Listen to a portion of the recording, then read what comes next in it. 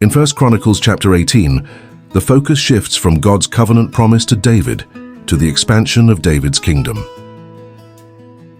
After the Lord promises to establish David's house forever, we now see God giving David victory over his enemies and strengthening Israel's position among the surrounding nations. This chapter highlights how God's promises begin to unfold through David's leadership. The chapter opens with David going to war against the Philistines, one of Israel's longtime enemies. David decisively defeats them and captures the city of Gath along with its many surrounding villages. For many years, the Philistines had threatened Israel, but now they are brought under David's control. David then turns his attention to the Moabites. He defeats them as well, and the people of Moab become subject to him and bring tribute to Israel. The kingdom is growing stronger, and neighboring nations are beginning to recognize David's authority. The narrative then moves northward to a conflict with Hadadezer, king of Zobah. Hadadezer is attempting to extend his power toward the Euphrates River, but David meets him in battle and wins a decisive victory. David captures a large number of horses, chariots, and soldiers from Hadadezer's forces. However, David keeps only a limited number of horses and disables the rest. Rather than building his strength through military resources alone, David continues to depend on the Lord. When the Arameans of Damascus come to help Hadadezer, they too are defeated. Thousands of Aramean soldiers fall in battle, and David places garrisons throughout Damascus. As a result, the Arameans become subject to Israel and bring tribute. The chapter repeatedly emphasizes a key truth: the Lord gave David victory wherever he went. David also takes large quantities of gold, silver, and bronze from the nations he defeats. These great treasures are not simply added to his own personal wealth or his private coffers. Instead, David dedicates them to the Lord, setting them apart for future use in the worship of God. News of David's victories spreads fast.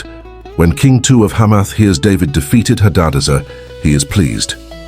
When Tu, king of Hamath, hears that David has defeated Hadadezer, he is pleased because Hadadezer had often been his enemy. Tu sends his son Hadoram to congratulate David and bring gifts of gold, silver, and bronze.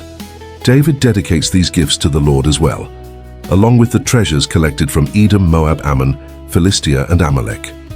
The victories are not merely political achievements, they become opportunities to honor God. The chapter also records another major victory.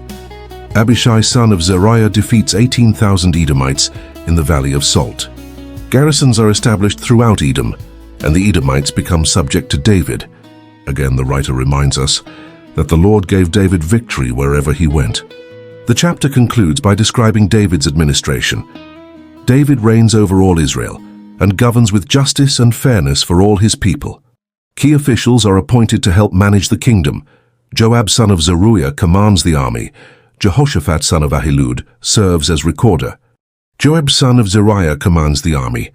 Jehoshaphat, son of Ahilud, serves as recorder. Zadok and Ahimelech serve the nation as priests, while Shavsha diligently acts as the kingdom's secretary. While Benaiah, son of Jehoiada, oversees the Cherethites and Pelethites, David's sons hold important positions in the kingdom as well. This chapter marks an important turning point. The kingdom promised to David is becoming secure, prosperous, and respected among the nations. Yet the emphasis remains on God rather than David's military skill.